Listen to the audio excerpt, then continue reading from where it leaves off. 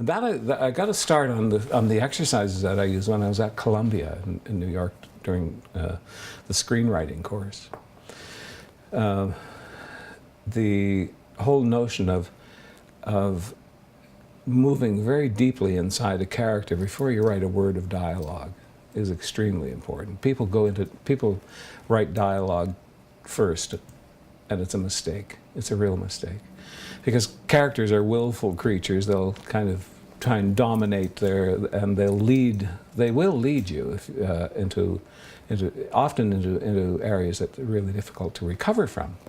Because they'll take the narrative off in a direction that frequently is a kind of a blind alley. It's something that the narrative and the structure, the story structure will head in a direction that it may take you three or 4 weeks to recover from, or you may never recover from it. The story may just simply fade off and die because the characters are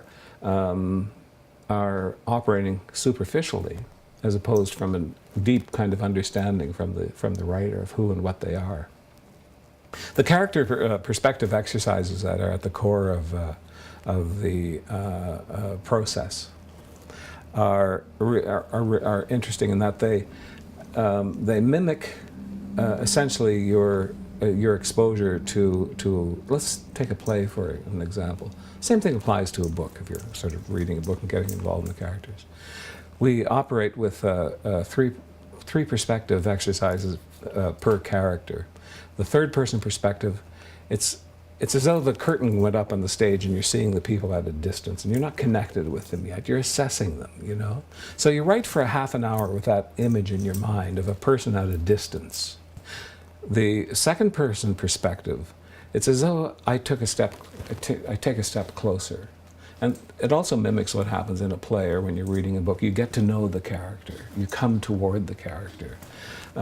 In the theater, it's like you move from an audience member in your mind to being on stage with the characters. And if it's really successful now, I'm closer now, and I'm writing about you in the second person perspective, and you're still not speaking or responding. There's no dialogue. But I'm assessing you in a different kind of way.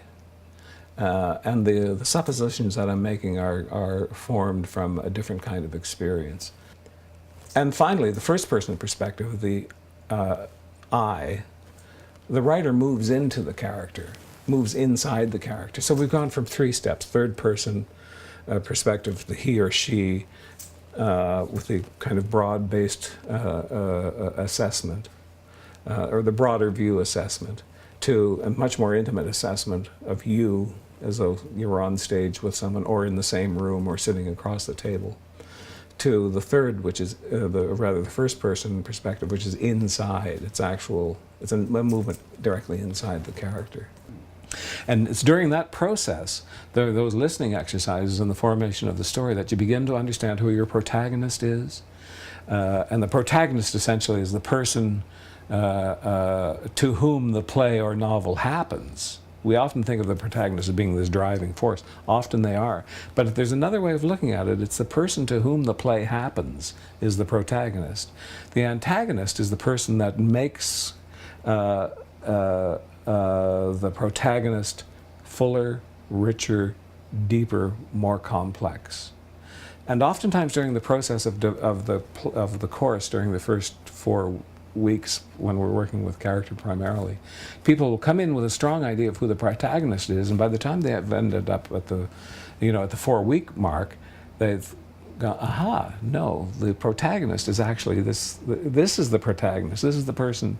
It's not the person that's necessarily driving things. It's the person that is forced to change the most, who goes through the most profound transformation. And the antagonist is the person who forces that to happen, essentially. It's the person that forces the protagonist to change, to transform, to elevate, to raise themselves, to move into the metaphor, essentially, that the writing embodies, or the meaning and the deep meaning and the true value of what you're writing.